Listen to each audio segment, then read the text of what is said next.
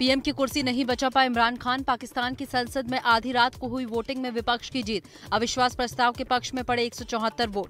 174 members have recorded their votes.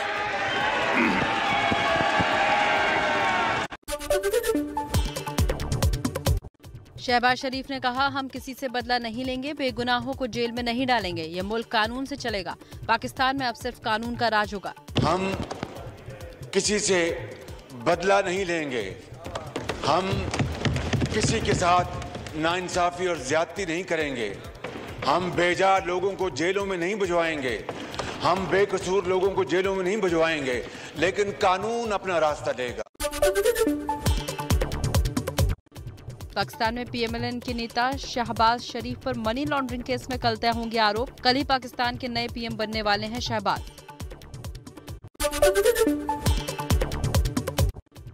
Imran के इस्तीफे के बाद पाकिस्तान में कहीं खुशी कहीं गम का माहौल। एक तरफ विपक्षी पार्टी के समर्थक जहां खुश दिखे, वहीं दूसरी तरफ इमरान समर्थकों का प्रदर्शन। इमरान का पीएम पद से हटने के बाद मरियम नवाज का ट्वीट, पाकिस्तान के इतिहास का काला दौर खत्म हुआ।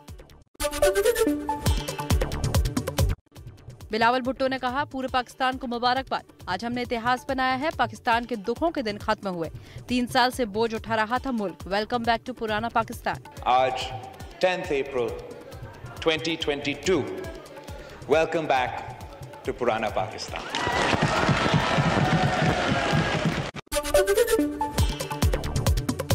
पाकिस्तान में वोटिंग की मियाद खत्म होने से कुछ मिनट पहले स्पीकर असद कैसर ने छोड़ा पद। पूर्व स्पीकर अयाज सादिक ने कराया मतदान। मैं स्पीकर के ओहदे पे मजीद नहीं रह सकता। लंबा अरसा अपने लीडर इमरान खान के साथ गुजारा, 26 साल से मैं उसके साथ रहा। बीजेपी अध्यक्ष जेपी नड्डा ने कहा, हिमाचल में मुख्यमंत्री के चेहरे में कोई बदलाव नहीं होगा, जयराम ठाकुर ही होंगे मुख्यमंत्री के उम्मीदवार। इसी साल के अंत में हिमाचल प्रदेश में विधानसभा के चुनाव। बीएसपी अध्यक्ष मायावती ने राहुल गांधी के आरोपों का किया खंडन। कहा, राहुल का मुझे सीएम बनाने वाला बयान गलत, राहुल गांधी के बयान में जातिवादी मानसिकता।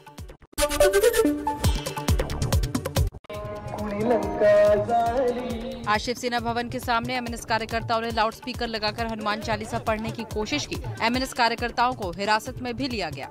आदित्य ठाकरे ने चाचा राज ठाकरे पर कसा तंज। कहा, जो पार्टी खत्म हो गई उस पर मैं कुछ नहीं बोलता। यूपी में बढ़ने वाला है अभिभावकों पर बोझ, निजी स्कूलों को मिली फीस बढ़ाने की मंजूरी। मऊ में यूपी के बाहुबली नेता मुख्तार अंसारी की 3.25 करोड़ की बेनामी संपत्ति कुर्क। गैंगस्टर एक्ट के तहत संपत्ति जब्त करने की कार्रवाई की गई।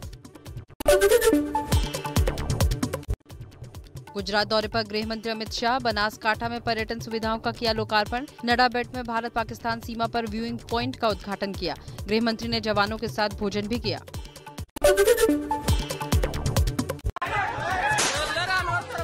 तेलंगाना के विकाराबाद में बीजेपी नेता मोहम्मद अनवर के घर पर हमला। 3 तलाक के समर्थन में दिया था बयान। उपद्रवियों ने घर पर जमकर की तोड़फोड़।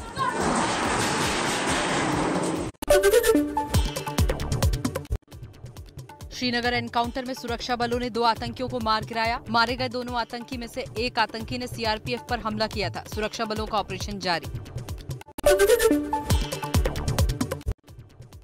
नोएडा में भ्रष्टाचार की इमारत को गिराने का आज टेस्ट। 22 मई को गिराया जाएगा सुपरटेक एमरल्ड कोर्ट का ट्विन टावर।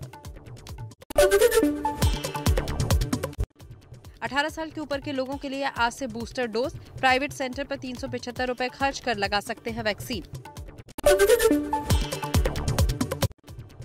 देश में पिछले 24 घंटों में कोरोना के 1054 नए मामले सामने आए। एक दिन में 29 लोगों की मौत।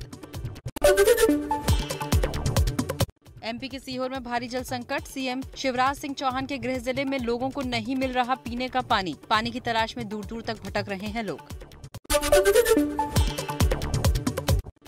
राम की नगरी अयोध्या में आज रामनवमी पर्व की धूम। राम जन्मभूमि मंदिर कनक भवन में भक्ति में झूमते नजर आए श्रद्धालुओं। किए भगवान राम के दर्शन।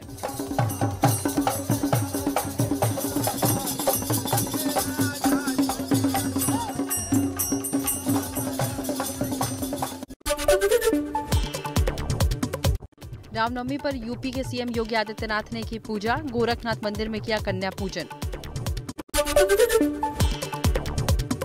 बिहार की राजधानी पटना में उत्साह के साथ मनाया गया रामनवमी का त्योहार। मंदिरों में जुटी श्रद्धालुओं की भीड़।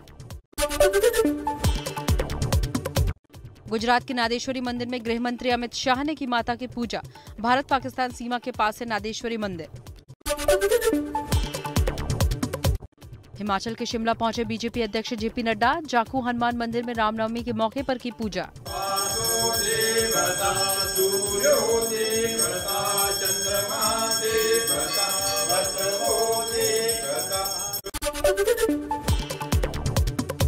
ओडिशा के पुरी तट पर सैंड आर्टिस्ट ने बनाया राम मंदिर। रामनवमी की पूर्व संध्या पर समंदर किनारे बनाया अयोध्या का राम मंदिर। रूसी हमले के बाद बूचा को दोबारा खड़ा करने की कवायद तेज। सड़कों को किया जाने लगा है साफ। लोग टूटे घरों को ठीक करने में जुटे। बूचा शहर से मलबे को हटाया जा रहा है। खार्किव पर अभी भी जारी है रूसी हमले। यूक्रेन सरकार का दावा, बीते 24 घंटे में रूसी सेना ने खार्किव पर 50 बार हमला किया, जिसमें 15 लोग घायल हुए। आर्थिक संकट के बीच श्रीलंका के सेंट्रल बैंक के गवर्नर का बयान। कहा, श्रीलंका के हालात में हो सकता है सुधार। सेंट्रल बैंक के काम में दखल न दे सरकार।